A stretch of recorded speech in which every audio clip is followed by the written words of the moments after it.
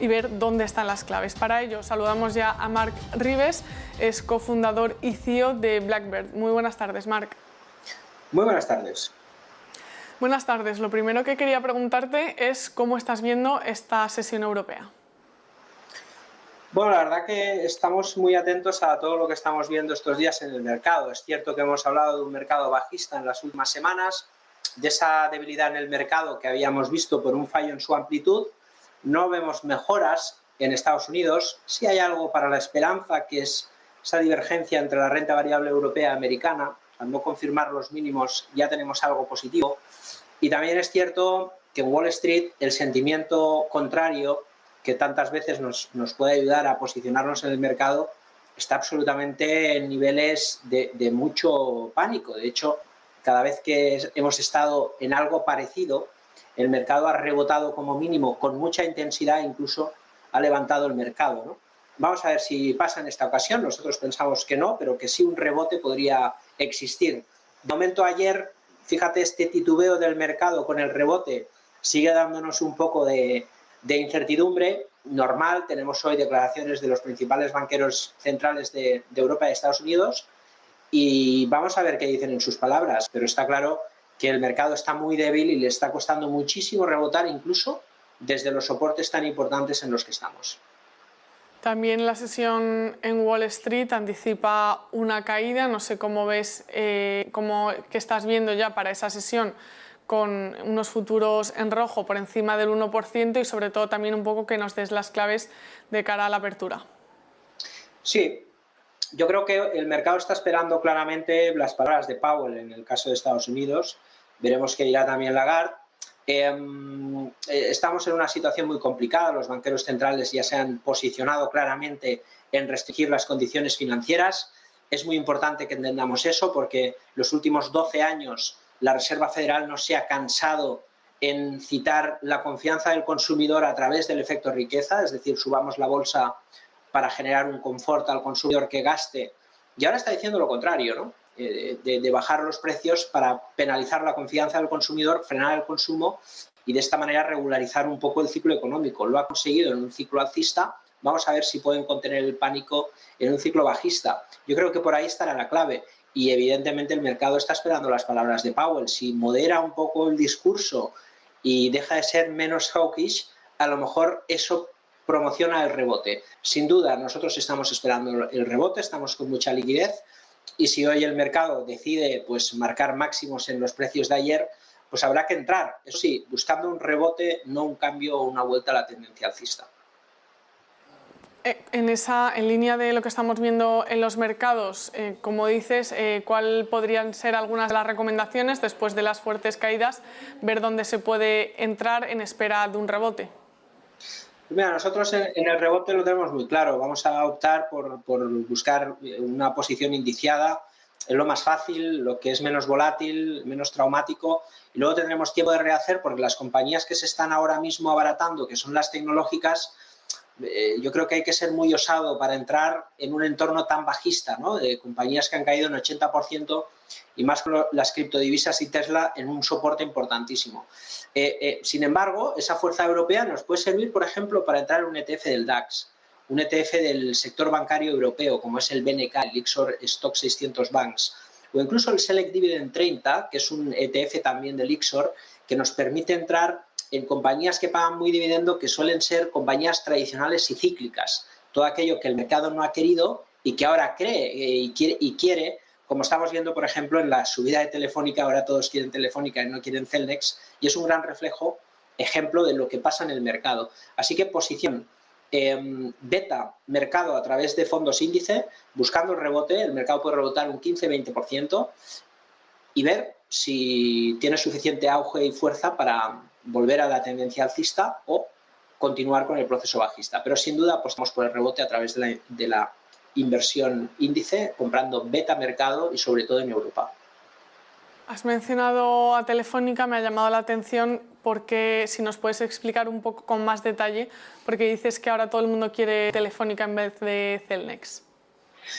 Bueno, nosotros veníamos comentando en los últimos años que era un poco absurdo la cotización de Telefónica, ¿no? Más cuando se estaba negociando fuera del mercado operaciones corporativas que le estaban dando un valor. Eso lo hace Telefónica para decirle al mercado, hey, estamos cotizando a 15.000, 18.000 millones de euros y las operaciones que estamos haciendo de partes de la compañía fuera del mercado están valorando la compañía pues, a niveles, digamos, más cercanos a los 6, 7, 8 euros que no a los 3, ¿no? Y efectivamente el mercado siguió con su tendencia bajista hasta que ese cambio que hemos visto ya ha empezado a generar una tendencia alcista de inversores que empiezan a ver no tanto el valor del crecimiento como puede ser Cellnex, ¿no? Compramos una compañía cara pero con potencial de crecer y defenestramos una compañía barata que no crece. Y ahora el mercado cambia, ahora el mercado prefiere compañías que aunque no crezcan están baratas y nos defiende un modelo de negocio con mucha visibilidad y no les gustan compañías de crecimiento muy caras. Ese cambio, esa rotación provocada por el cambio en la política monetaria está haciendo mella y lo vemos absolutamente en todos los sectores. Estamos viendo como Walmart pues está subiendo y en máximos, por ejemplo, y Amazon está cayendo un 40%, ¿no? Entonces, ese cambio de lo tecnológico a lo tradicional lo vemos en España entre Telefónica y Cellnex, por ejemplo, o en Wall Street, por ejemplo, entre Walmart y Amazon. Claramente estamos viendo un cambio en el apetito inversor de manera evidente, además. Justo mencionas otra de esas claves, que son también las minoristas, que por otra parte, además de esa rotación, van a dar un poco las claves o van a dejar entrever un poco cómo se encuentra el comercio minorista en Estados Unidos. Sí, yo creo que ahí es la clave porque la Reserva Federal básicamente va a mirar el consumo.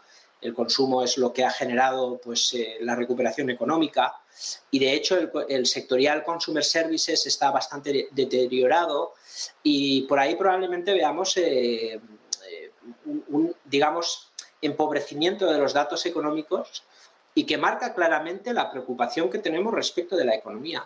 Porque no solamente está en el comercio minorista, sino también con la amortiguación que China hace normalmente de ese reequilibrio global que hemos llamado tantas veces, ¿no? de que esa demanda agregada puede venir por parte de China y una China que tiene una complicación añadida con su, digamos, alianza estratégica equivocada con Rusia, se está alienando un poco del mundo y además nos encontramos con ese esfuerzo enorme para contener los precios del mercado inmobiliario y además su política de COVID cero.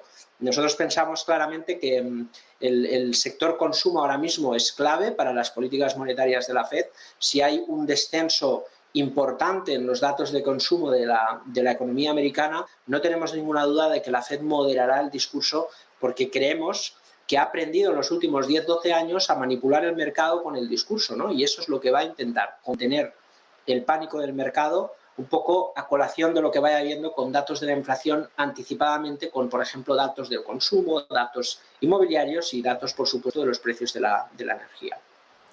Otro de los focos en los que quería también preguntarte es sobre Snap, esa protagonista en el pre-market, que está cayendo un 31,29%. También lo que ha explicado hoy la compañía es cómo todos esos problemas, el parón en China, la inflación, los mayores costes y las consecuencias de la guerra están afectando a su empresa. ¿Por qué? Pues porque sus clientes no se van a gastar dinero en publicidad y en marketing en su plataforma. Quería también que comentáramos qué es lo que tú ves para esta compañía, para Snap, que, como te digo, ahora mismo en pre-market se está dejando ya un 31%.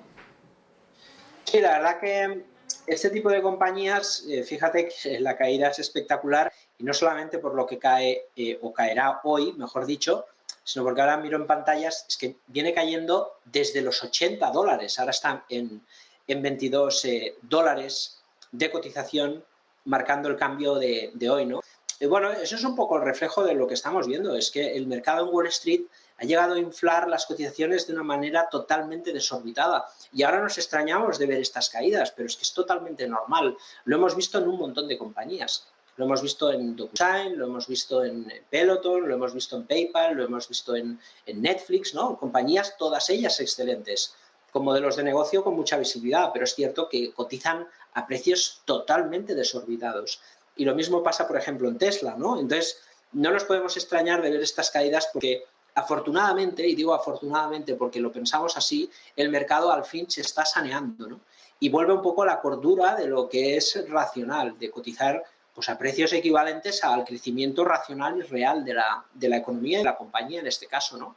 Y cuando no se cumplen previsiones y los precios son tan exageradamente caros, pues es lógico que el mercado busque un poco de refugio. Y eso es lo que está pasando, con lo cual lo entendemos con normalidad. Venimos avisando que hay que estar totalmente al margen de este tipo de compañías que lo han hecho muy bien en los últimos años, y prueba de ello es el famoso ETF de innovación y disrupción, tan famoso y conocido por todos, que había llegado a multiplicar por 10, el ARKK, y que ahora mismo solamente está doblando su cotización, que es mucho, pero no es ese 1000% del que presumía después de caer un 80%, ¿no?